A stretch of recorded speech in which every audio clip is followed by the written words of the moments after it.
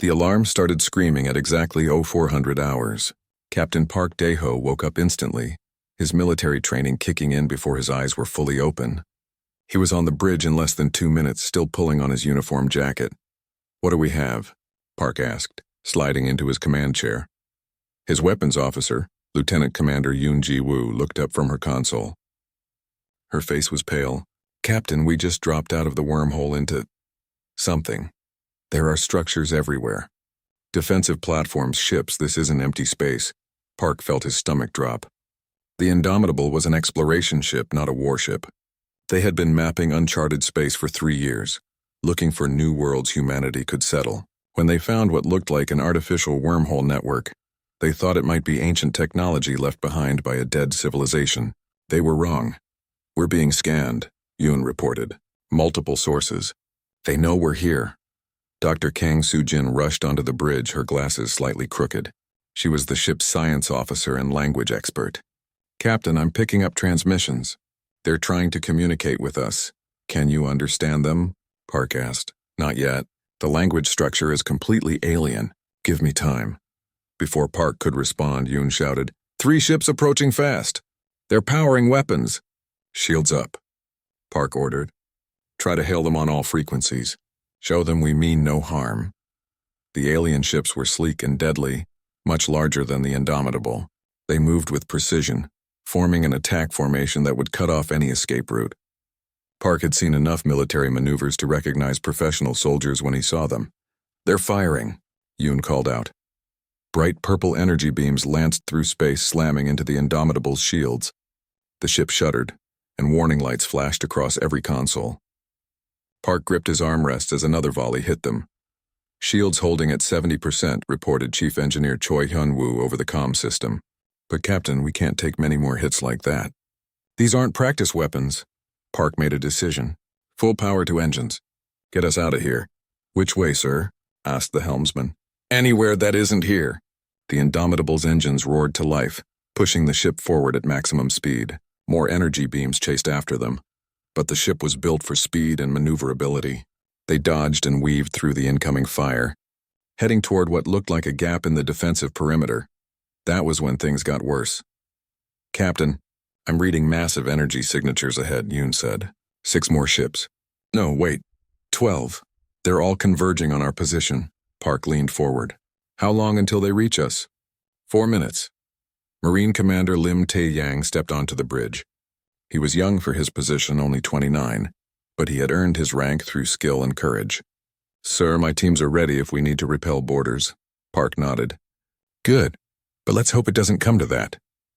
He turned to Dr. Kang. "Anything on those transmissions?" She shook her head, frustrated.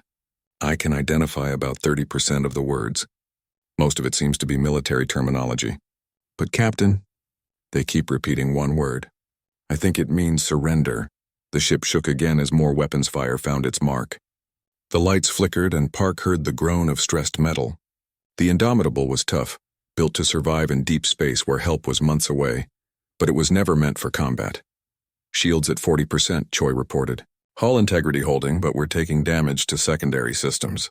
I'm rerouting power, but we need to get clear soon." Park studied the tactical display. The alien ships were boxing them in, driving them toward a specific area. It was a trap, obvious once you saw it. "They're hurting us," he said quietly. "Sir?" Yoon looked at him. "They want us to go in a specific direction. See how they're positioning? Every time we turn left, they back off. When we turn right, they increase fire. They're pushing us somewhere. Then what do we do?" Park smiled grimly. In his 52 years, he had learned one important lesson. When someone expects you to do something, do the opposite. "We go through them," he said. The bridge crew stared at him. Yoon spoke first. "Sir, they'll tear us apart." "Maybe.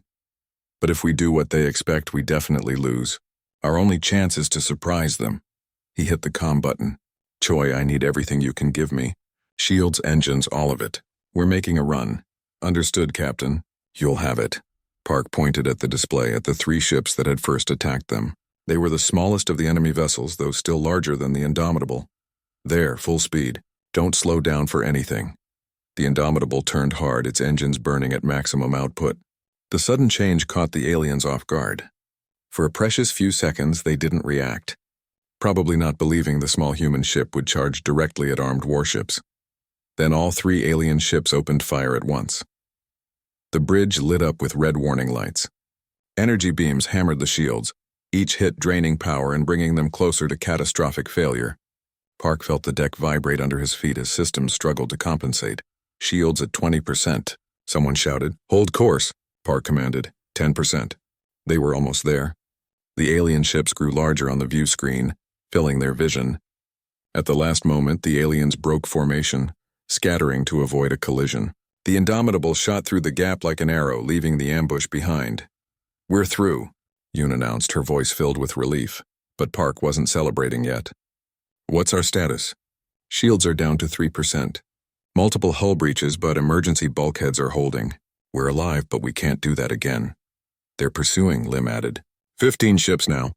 And Captain, there are more coming. A lot more." Park looked at the tactical display. Red icons were appearing everywhere, like stars in a deadly constellation. Dozens of ships, maybe hundreds. And all of them were turning toward the Indomitable. Dr. Kang had been working frantically at her station. She looked up, her face serious. "Captain, I've been analyzing their communications.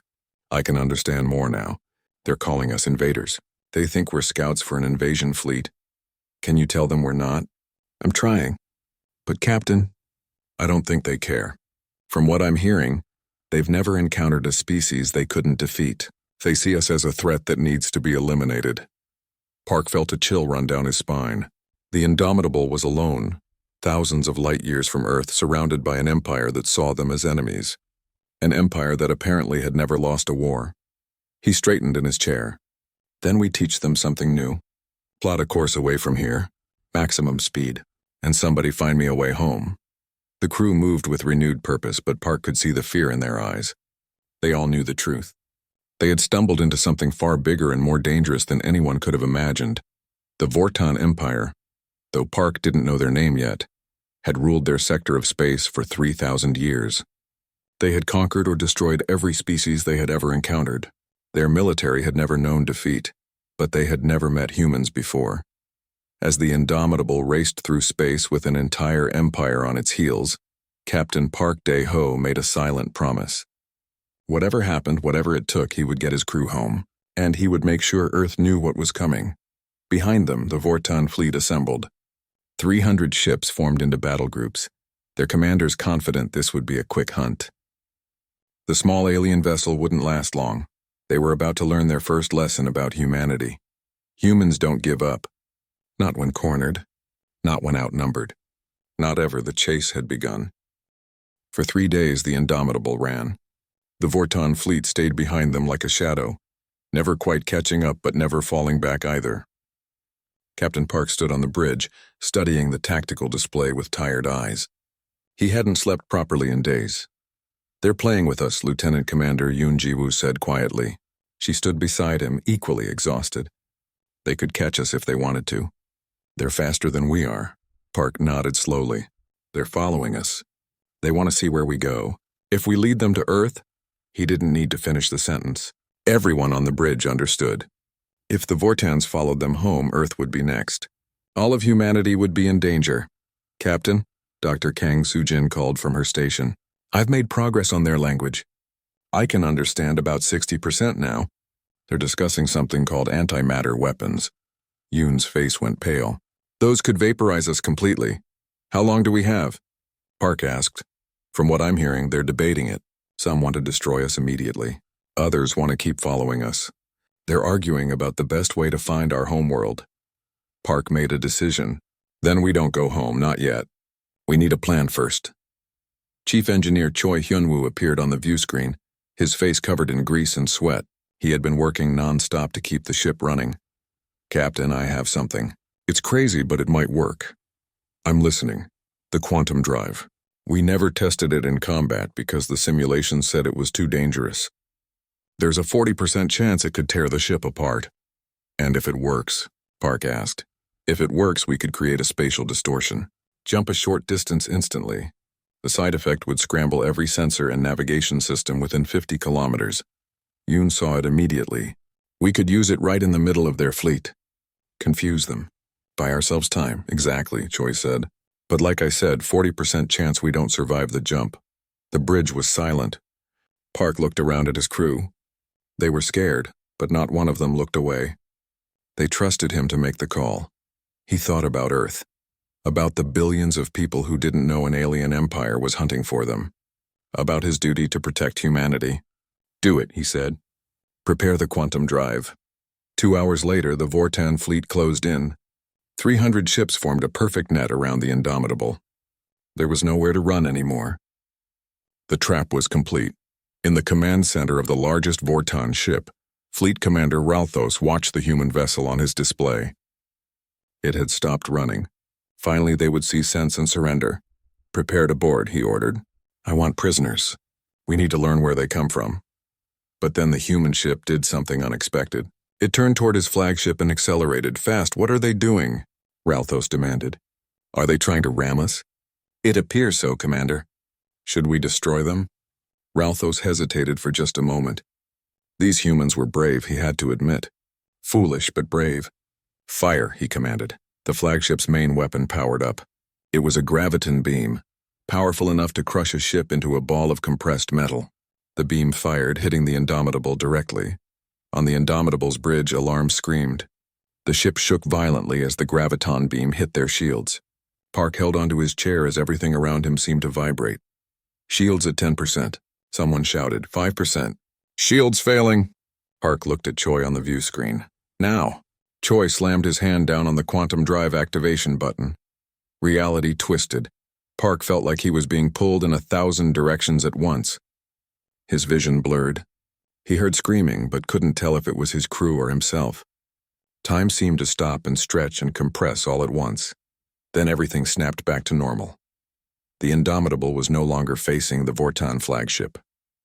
They were behind it, inside the enemy formation, and all around them, Vortan ships were spinning out of control. The spatial distortion had scrambled their navigation systems exactly as Choi had predicted.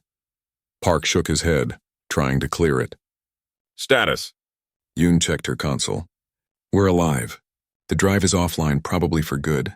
Hull integrity at 67%. The captain had worked. Look at them. The Vortan fleet was in chaos. Ships were crashing into each other, unable to navigate properly. The tight formation had become a disaster. At least 20 ships were damaged or destroyed. Get us out of here, Park ordered. Before they recover. The Indomitable shot forward, slipping through the confused enemy fleet. Behind them, Ralthos watched in shock. The human ship had done the impossible. They had outmaneuvered his entire fleet. His communications officer approached carefully. Commander, what are your orders? Ralthos stared at the empty space where the human ship had been. Find them, he said quietly. And this time we don't underestimate them. Over the next 2 weeks, the Indomitable kept running. But now they were learning. Every time the Vortans tried a new tactic, the humans found a way around it. They used asteroid fields for cover. They scattered pieces of their hull to confuse Vortan sensors. They even hacked into Vortan communications and sent false coordinates. Marine Commander Lim Tai-Yang led boarding parties onto damaged Vortan ships, stealing technology and gathering intelligence. Dr. Kang studied everything they found, learning more about their enemy. One day she called Park to her lab. Captain, you need to see this. She showed him a Vortan database they had captured. Inside were files on dozens of alien species, all of them marked as extinct. They've done this before, Kang said softly. Every species they've encountered, they've either conquered or destroyed. Captain, in 3,000 years they've never been defeated. Not once. Park looked at the names of dead civilizations scrolling past. Then we'll be the first, he said. But Park knew they couldn't run forever. The ship was breaking down. They had lost 34 crew members in various attacks. Food was running low. And the Vortans were getting smarter, learning from each encounter just as the humans were. Then Choi discovered something interesting in the Vortan technology they had stolen. A quantum communication relay. With the right modifications, they could send a message to Earth. How long will it take to reach Earth? Park asked. 6 weeks, maybe 7. The signal has to bounce through several relay points. Park made his decision. Do it. Send everything we've learned about the Vortans. Their technology, their tactics, their fleet positions. If we don't make it back, Earth needs to be ready. They sent the message, and the Vortans detected it. Ralthos smiled when his officers brought him the report. They had the direction. They had a trajectory. They knew which way to look for the human homeworld. Prepare the fleet, he ordered. All ships. We're going to finish this. Park stood on the bridge of the Indomitable looking at the star charts. They had to get home. They had to warn Earth before the Vortans found it. But between them and Earth stood an entire empire. Yoon stood beside him, studying the same charts. We can't fight them all, she said quietly. No, Park agreed. But we don't have to fight them all. We just have to survive long enough to get home. And how do we do that? Park looked at her and smiled. The same way we've survived so far. We adapt, we improvise. We refuse to give up. Outside the ship, space was filled with enemy vessels. The Vortan Empire had mobilized its full military might. Hundreds of ships searched for one small human vessel, but the Indomitable was still out there, still running, still fighting. And every day they survived, they proved something important.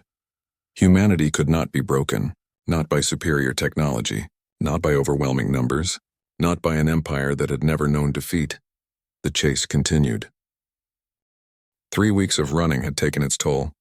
The Indomitable looked nothing like the proud exploration ship that had left Earth 3 years ago. Its hull was scarred and patched.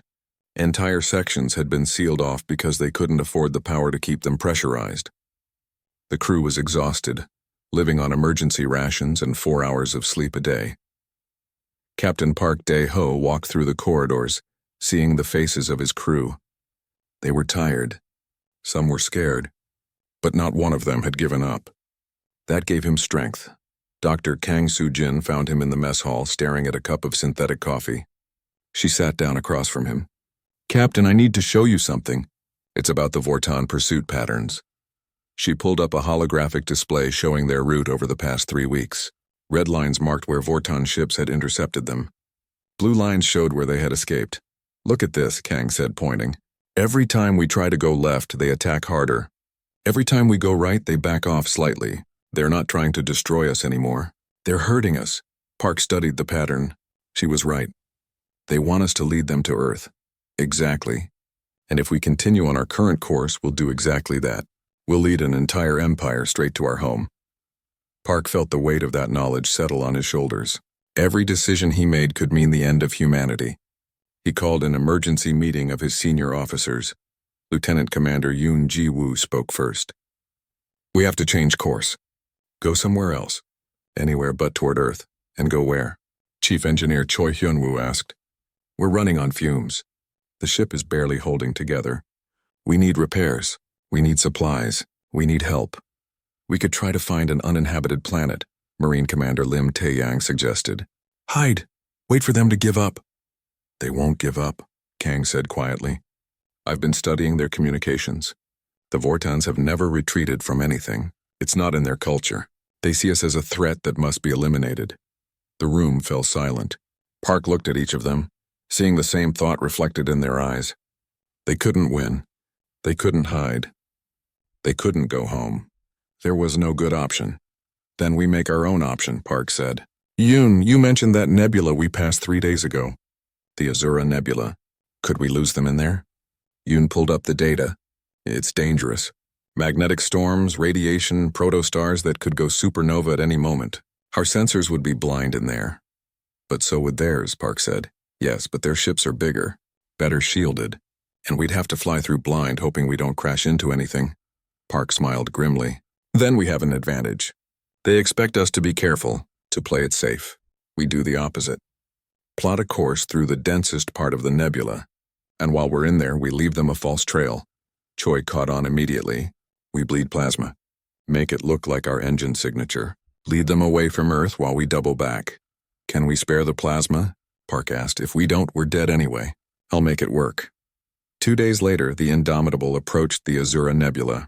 It looked like a massive cloud of glowing gas, beautiful and deadly. Streams of energy crackled through it like lightning. Protostars burned in its depths, birthing new solar systems. Behind them, 40 Vortan ships closed in. They had learned to send smaller, faster groups instead of their entire fleet. It made them more dangerous. They're hailing us, Kang reported.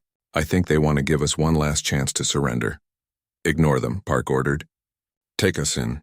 The Indomitable plunged into the nebula. Immediately, visibility dropped to almost zero. The view screen showed nothing but swirling colors and occasional bursts of light. Alarms blared as magnetic fields tried to tear at the ship's systems. Shields holding, Yoon reported. Barely. Navigation is compromised. I'm flying by instruments only, and half of them don't work in here. Keep us moving forward. Choi, start the plasma dump. Make them think we're heading toward the Kepler expanse. Behind them, the Vorton ships entered the nebula. Fleet Commander Raltho stood on his bridge, watching his sensors flicker and fail. He didn't like this. The humans were taking a massive risk, flying blind through such dangerous space unless it wasn't a risk, unless it was a plan. They're up to something, he muttered. Stay alert. The Indomitable flew deeper into the nebula. Choi carefully released plasma at precise intervals, creating a trail that mimicked their engine signature. To Vortan sensors, it would look like they were heading in a specific direction. Then disaster struck. A protostar directly in their path erupted, sending a wave of radiation toward them. There was no time to change course. Brace for impact, Park shouted. The radiation wave hit them like a hammer. The ship's temperature spiked instantly. Crew members collapsed from heat exhaustion. Systems began failing across the entire vessel. Park felt sweat pouring down his face as the bridge temperature climbed past 40 degrees. All power to forward shields. Choi's voice crackled over the comm. This is going to hurt. The Indomitable's shields flared bright, absorbing as much radiation as possible, but it wasn't enough. Hull plating began to melt. Interior temperatures reached critical levels. Park watched his crew fighting to stay conscious, fighting to keep the ship flying. Then they were through. The radiation wave passed and the temperature began to drop. Park looked around the bridge. 2 crew members were unconscious. The rest looked like they had been through hell. Status, he croaked, his throat dry. We're alive, Yoon said weakly. Hull integrity at 50%. Most systems are offline. But we're alive. Behind them, 2 Vortan ships that had tried to follow were not so lucky. The radiation had overwhelmed their shields completely. They were gone, vaporized in an instant. Ralthos watched the disaster unfold on his sensors. The humans had flown directly through a stellar flare. It should have killed them. But somehow they had survived. Meanwhile, he had lost 2 ships. His respect for these humans grew. They're insane, he said quietly. But they're brilliant. The Indomitable emerged from the far side of the nebula 3 days later. They were battered, barely functioning, but they had accomplished their goal. The false plasma trail led toward empty space away from Earth. As they limped through space trying to make repairs, they picked up a signal. Not Vortan. Something else. An old distress beacon broadcasting on human frequencies. Captain, Kang said, her voice filled with surprise. That beacon. It's from the colony ship Meridian Dawn. But that ship disappeared 200 years ago. Is it a trap? Lim asked. I don't think so, Kang replied. The encryption codes are authentic. Old but authentic. Park made a decision. They needed help. They needed repairs. And if there was even a chance of finding other humans out here, he had to take it. Set course for the beacon. Best possible speed. It took 6 days to reach the source of the beacon. 6 days while they made emergency repairs and held memorial services for the crew members they had lost. 6 days of hope and fear mixing together. When they finally arrived, what they found took their breath away. A planet. Green and blue with white clouds swirling in its atmosphere. And in orbit, satellites and space stations bearing human designs. Lights glowed on the night side of the planet, marking cities. The Meridian Dawn hadn't been destroyed. It had found a new home. And humanity had been living here in secret for 200 years. Captain, Yoon said softly, we're being hailed. It's coming from the planet's surface. Park took a deep breath. Open a channel. A woman's face appeared on the view screen. She was middle-aged with kind eyes and a strong jawline. She wore the uniform of a planetary governor. This is Governor Han Mirai of New Terra, she said. We've been alone for 2 centuries. We thought Earth had forgotten us. Welcome home. Park felt tears in his eyes. They had found sanctuary. They had found family, but even as relief washed over him, he knew he had to tell them the truth. Governor Han, we bring news from Earth. And we bring danger. There's an empire hunting us, and they won't stop until they find us. Han's expression hardened. Then we'll face them together. Come down to the surface, Captain. We have much to discuss. As the Indomitable descended toward New Terra, Park looked out at the planet below. They had found hope. But he knew the Vortons wouldn't give up. Eventually, they would find this place. And when they did, humanity would have to make a choice, run again or stand and fight. The Vorton fleet advanced in perfect formation, 400 ships moving as one, confident in their overwhelming power. They had crushed countless civilizations. This would be no different. They were wrong. As the first wave passed through the asteroid belt, Lieutenant Commander Yoon Ji-woo pressed a button. Hundreds of asteroids that looked like ordinary rocks suddenly came to life. Hidden engines activated, guidance systems locked onto Vortan ships, nuclear charges armed themselves. The asteroids attacked. Explosions lit up space like a deadly fireworks display. 17 Vortan destroyers were hit before they even knew they were under attack. 2 carriers lost their engines. The perfect formation broke apart as ships tried to avoid the sudden threat. On the Vortan flagship, Ralthos watched in shock. The humans had turned an entire asteroid belt into a weapon. Clever, he said quietly, but it won't be enough. All ships regroup. Destroy those moon stations. The Vortan fleet reorganized and moved toward New Terra's 3 moons. The moons looked defenseless, just small satellites orbiting a colonial planet. The Vortans expected to destroy them quickly. Then the moons opened fire. Beams of pure energy lanced out from Aegis, Bulwark, and Sentinel. These weren't normal weapons. New Terra's engineers had discovered special crystals in the planet's mountains. Crystals that could focus and amplify energy in ways human science had never seen before. The energy beams cut through Vortan shields like they weren't even there. Ships that had seemed invincible suddenly found themselves taking damage. The Vortans had never encountered weapons like this. Ralthos ordered 4 dreadnoughts to focus all their firepower on the moon stations. Massive plasma weapons that could destroy continents hammered at the 3 small satellites. The bombardment was incredible, but the moon stations held. Their shields, built from both human and stolen Vortan technology, absorbed punishment that should have been impossible. Chief Engineer Choi Hyun-woo watched from the planet's surface, monitoring the power readings. Those crystals are spreading the energy across the entire shield grid, he reported to Captain Park. It's like hitting water. The force dissipates, but they can't hold forever. The Indomitable joined the fight. Even battered and unable to fly faster than light, it was still dangerous. Park positioned his ship where it could do the most damage, coordinating the entire defense. The Vortans sent fighter swarms, thousands of small, fast ships designed to overwhelm defensive guns. They descended on the Indomitable like angry insects. But New Terra had prepared for this too. Automated drones launched from the planet and the moon stations. Cheap, fast, and controlled by advanced AI, they met the Vortan fighters in a massive dogfight. Space between New Terra and its moons became a chaos of explosions and laser fire. Frustrated by the orbital defenses, Ralthos made a fateful decision. He would land troops on the planet's surface. If he could capture New Terra's capital and force Governor Han to surrender, the orbital weapons would become meaningless. 30,000 Vortan soldiers dropped from orbit in armored pods. They wore powered armor and carried plasma weapons. They were professional soldiers who had conquered dozens of worlds. A colonial militia shouldn't be any challenge. Marine Commander Lim Tae-young waited for them with 50,000 volunteers. Farmers who had become soldiers. Teachers who had learned to fight. Parents protecting their children. The Vortans advanced across the fields outside the capital city. Their shields deflected the first gunfire easily. This looked like it would be quick. Then the artillery opened up. Concealed positions that the Vortans hadn't spotted fired special shells. Shells designed to explode above their targets, showering down projectiles that bypassed energy shields. Vortan soldiers started falling. The ground exploded. IEDs buried along the approach routes detonated, throwing Vortan soldiers into the air. Sniper teams targeted officers, causing confusion in the Vortan ranks. The battle moved into the city. Street by street, building by building. The humans made the Vortans pay for every inch. Every corner was a potential ambush. Every building could be rigged with explosives.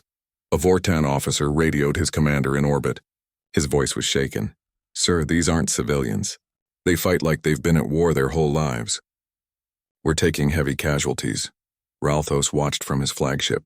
He was beginning to understand something about these humans. They weren't warriors because they wanted to be. They were warriors because they had to be, because they refused to surrender their future. For 6 days, the battle raged. The Vortans slowly pushed forward, but the price was terrible. The moon station Aegis fell first, overwhelmed by constant bombardment. Then Bulwark. But Sentinel held, damaged and barely functioning, but still fighting. The Indomitable's hull was burning, armor scarred by countless hits. But it kept fighting, kept coordinating the defense, kept refusing to yield. On the ground, Lim's forces fell back to prepared positions in the capital. The casualties were mounting on both sides. Governor Han had moved all civilians to underground shelters, but the bombardment was relentless. In a bunker beneath the city, Dr. Kang Soo-jin worked frantically. She had been studying captured Vortan equipment for months. Now in humanity's darkest hour, she found something, a weakness. The Vortan fleet coordination relied on quantum communication, special nodes that kept all 400 ships working together. If those nodes could be disrupted, the fleet would lose its coordination. They would become 400 individual ships instead of one unstoppable force. She contacted Park. "Captain, I have a way to stop them. But it requires getting close to the flagship and detonating an electromagnetic pulse. The Indomitable's quantum drive core could do it, but whoever does it won't survive." Park called his senior officers together. Everyone volunteered. Yoon wanted to do it because navigation was her specialty. Choi wanted to do it because he understood the systems.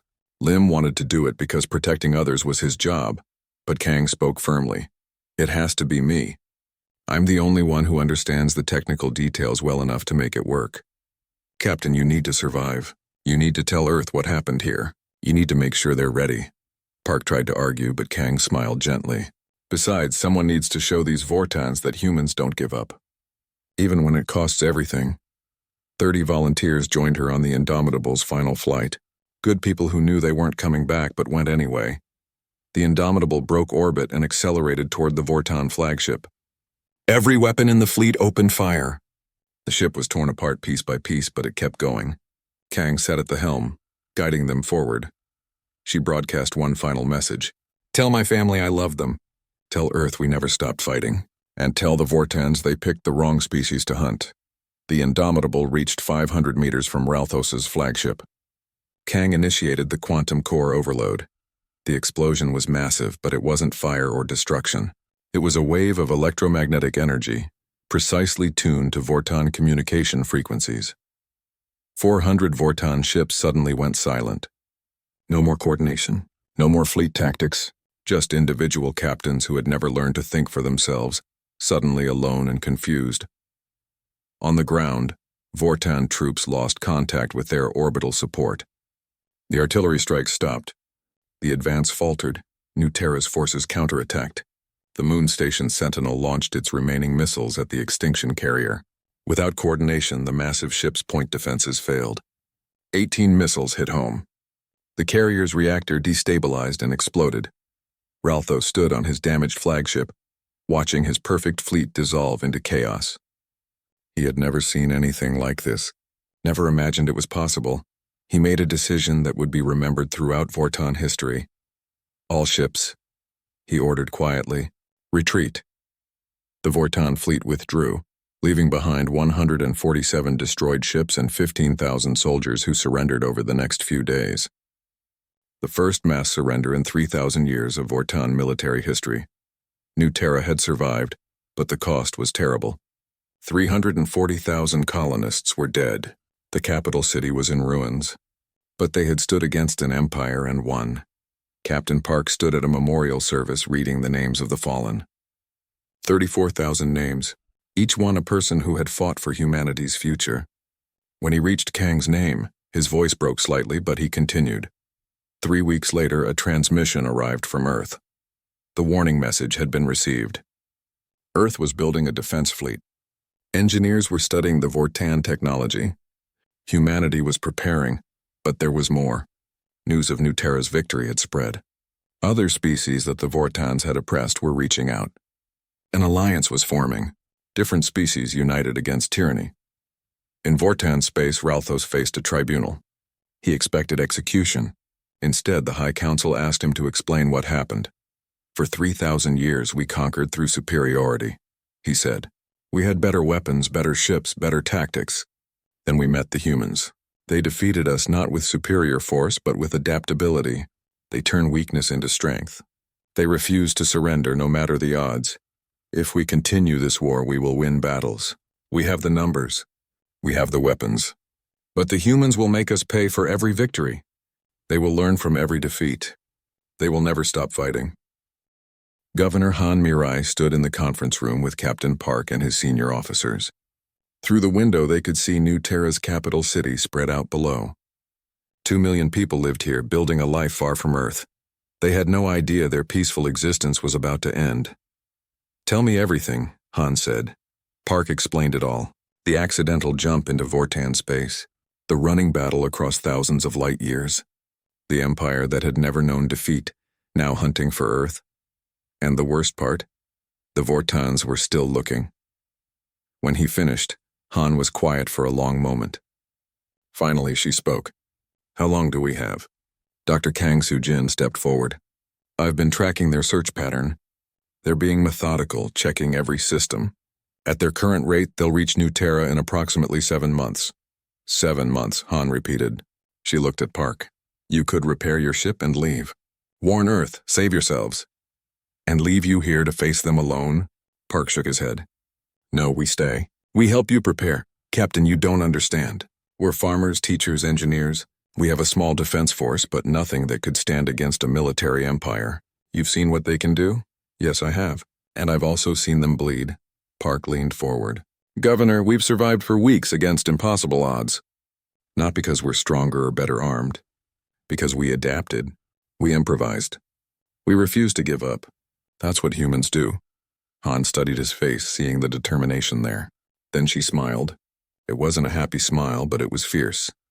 "Then we make them pay for every inch of our world.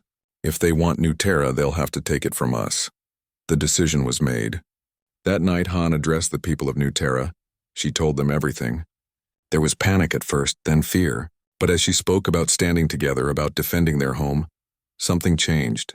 The fear transformed into determination. New Terra mobilized for war. Marine Commander Lim Tai-yang took charge of training volunteers. 50,000 civilians signed up to fight. He taught them everything he knew about combat tactics. They were farmers and teachers becoming soldiers, and they learned quickly. Lieutenant Commander Yoon Ji-woo worked with New Terran engineers. They had developed interesting technology in their 200 years of isolation. Advanced drones. Energy weapons that used crystals found in New Terra's mountains. She incorporated everything into a planetary defense network. Chief Engineer Choi Hyun-woo had a different job. He turned the asteroid belt around New Terra into a weapon. Hundreds of hollow asteroids, each filled with explosives and guidance systems. They would look like normal space rocks until someone got too close. The 3 moons became fortress stations. Aegis, Bulwark, and Sentinel, they called them. Each one covered with weapons and shields, ready to rain fire on any attacking fleet. The Indomitable itself became an orbital weapons platform. It couldn't fly faster than light anymore, but it could still fight. Park positioned it where it would do the most good. Months passed. The people of New Terra worked day and night. Factories that once made farming equipment now produced missiles. Scientists who studied plants now studied Vortan technology.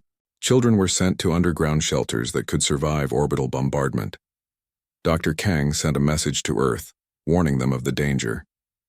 It would take months to arrive, but at least Earth would know. At least humanity's homeworld would have time to prepare. One day, Park was inspecting defensive positions when a young girl approached him. She couldn't have been more than 8 years old. Her name was Kim So-hee, Captain, she said. "My dad says you fought the whole empire and won. Is that true?" Park knelt down to her level. "We didn't win, So-hee. We survived. There's a difference, but you're still here. That's something, right?" Park looked at this child, at the city around her that would soon become a battlefield, at the people preparing to fight for their home. "Yeah," he said softly. "That's something." That night, Park couldn't sleep. He found Kang in her lab, still working on analyzing Vortan technology. She looked up when he entered. "Can't sleep either?" she asked. Park sat down. "We're asking these people to risk everything for a fight that isn't theirs. They could have evacuated, fled deeper into space. They could have," Kang agreed. "But they didn't. They chose to stand with us. That's what humanity does, Captain. We stand together." 6 days before the 7-month deadline, the alarms started screaming. Long-range sensors had detected something. Multiple somethings. hundreds of spatial distortions as ships dropped out of faster-than-light travel. The Vortan fleet had arrived early. Park raced to the bridge of the Indomitable. Yoon was already there, her face pale as she studied the tactical display. The numbers kept climbing. 100 ships. 200. 300. 400, Captain, she said quietly. They brought everything. 10 dreadnoughts. Dozens of carriers. And that thing in the center, it's massive. 3 times bigger than anything we've seen. What is it? From what I can tell, it's designed to destroy planets. An extinction carrier. Park felt his blood run cold. The Vortons weren't just coming to conquer. They were coming to eliminate humanity completely. A transmission came through. Fleet Commander Ralthos appeared on the view screen. He looked older than Park had imagined, with scars marking his face. A warrior who had seen countless battles. Humans of New Terra, Ralthos said. I am impressed you prepared for our arrival. It will not matter. You face the full might of the Vortan Empire, 400 ships, weapons that can crack your planet like an egg. You have fought well. I respect that. But this ends now. Surrender and we will grant you quick deaths. Resist and we will ensure your world burns for 1,000 years. You have 1 standard cycle to respond. Choose wisely. The transmission ended. The bridge was silent. Everyone looked at Park, waiting for his decision. Governor Han appeared on a separate screen from the planet's surface. Behind her, Park could see the command center filled with New Terran officers. They looked scared but determined. What do we do, Captain? Han asked. Park thought about everything they had been through. The running. The fighting. The people who had died. He thought about Earth. Billions of people who didn't even know this threat existed. He thought about little Sohi and all the children of New Terra who deserved a future. He straightened in his chair and spoke clearly. We show them what happens when you corner humanity. Open a channel. The communications officer nodded and Park's face appeared on every Vortan ship in the fleet. This is Captain Park Dae-ho of the United Systems Space Command. You asked for our response, here it is. Come and take it. On the Vortan flagship, Ralthos heard the message. For a moment, just a moment, he felt something he hadn't experienced in decades. Uncertainty. These humans were outnumbered 400 to 1. They had no chance of victory. But they were going to fight anyway. He gave the order. All ships, begin the assault. Show them the power of the Vortan Empire. 400 warships began moving toward New Terra, the greatest military force ever assembled in this sector of space, coming to crush 1 small colony and 1 battered exploration ship. On the bridge of the Indomitable, Park watched them come.